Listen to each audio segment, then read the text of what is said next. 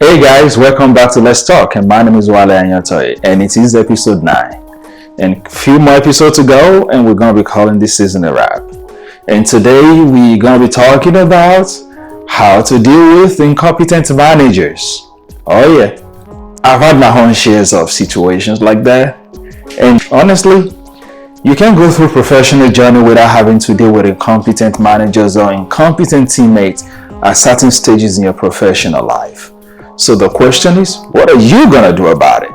If you find yourself in that position where you have to deal with incompetent managers or incompetent co-workers, well, in the case of this episode, let's just restrict it to the managers. The first thing I'm going to say is understand incompetence. Sometimes our own hidden bias of not liking somebody, not liking how they act, might play a huge factor, or the circumstances surrounding how they got to that position in the first place. Maybe it was a position that was promised to you originally, or it was a position that you're trying to get your best friend or your co-workers, your work buddy. You're trying to get them into that position, but unfortunately the company decided to go in a different direction and bring in someone else. So that might actually be your underlying bias as to why you don't like who is in that position. So these are the first questions you ask yourself. What is the incompetency all about? Is it because they truly don't know their job? Or deep down you having issues with them because of the circumstances surrounding how they got to the position? So understand that. The next thing is, if eventually you realize that it's not your bias, it's just that this person doesn't know what they're doing. They're confused, they don't know their right from their left. That's why you have your co-workers or the managers to ask for help.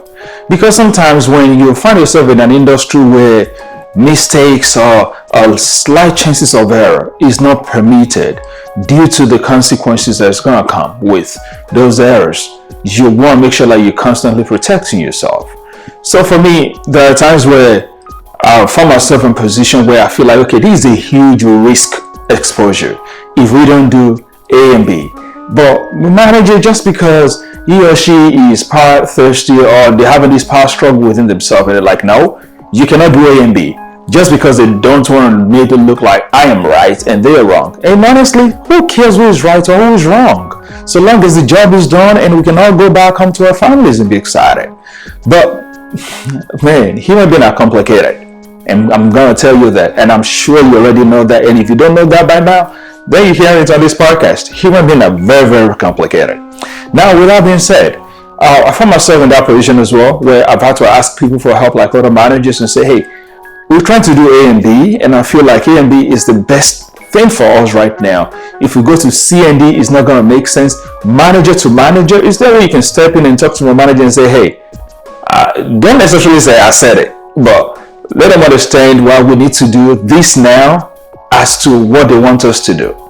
And I think that has helped, and hopefully it's going to help in your organization culture as well if you find yourself in that kind of position. The third point is lead up. Yes, stand up and lead up. Half of the time, a lot of people always wait for the managers to be the rainmaker. I'm telling you, it is not like that all the time. First thing you have to understand, managers are human. And if there's anything about human makes errors. So, lead up. That is the essence. Leadership is not just about leading down. That is from your manager down to you. It is also about you leading up to your manager, telling them what you think needs to be done, how it hurts to be done, making them see the logic in your explanations, the logic in your reasoning. Make them see that logic. When they can see that, it helps. But half of the time, a lot of team members or a lot of employees or subordinates wait until things have gone wrong and they will say, well, I wanted to tell you that, but since you're the manager, I think you should have had all the answers. That is wrong. Especially if at certain stages in your career, you're thinking of being a manager. Leadership is not just about the positions or the titles. It is about your attitude towards a particular situation in a particular given moment. So learn to lead up, learn to explain yourself in a way that you will have loved someone else to talk to you. Don't go marching into your manager and say, hey, you dumbass, you should have done this. Nobody's going to listen to you. Are you going to listen? The answer is no. So in situations like that, walk up to your manager, explain your stand, express yourself, and let them make the decisions. So stand up and lead up. And my fourth one is take care of yourself mentally. Oh my goodness, I'm going to say that one more time. Take care of yourself mentally. A lot of jobs has been the reason why many people ended up with anxiety. I'm telling you. I've worked with a manager before where I was on vacation and there was this particular job that I did. And I received an email stating that, hey Wale, we need to talk when you get back. How can you do something as dumb as this? And it's kind of on my vacation because instantly I went back, checked my email, pull out my laptop and be like, wait, what mistakes? I went through everything and I couldn't find a single error. And guess what? That dude is just trying to be an asshole. Pretty much. And what's the next thing that I did? When I came back from vacation, I sat him down for an hour and I explained to him, showed him what I did, and now it makes perfect sense, and he was able to see the fault in his reasoning. And instead for him to man up and accept his mistakes, you can imagine what he told me.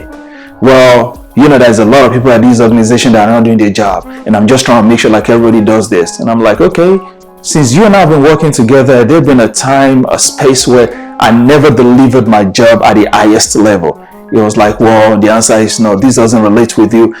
Sometimes people bring the messes they're dealing with at home, they bring it to the office just to dump it on their co-workers because that's the easiest thing to do. So I'm always going to tell you, take care of yourself mentally.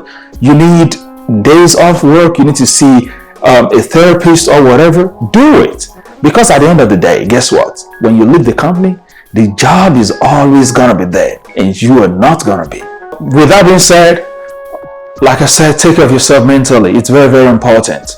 Regardless of the job, regardless of how much they're paying you, at the end of the day, you are all you've got. And so that's how I'm going to wrap it up today, dealing with incompetent managers. Go out there and do some amazing things. My name is Wale Anyatoye, and thank you for listening.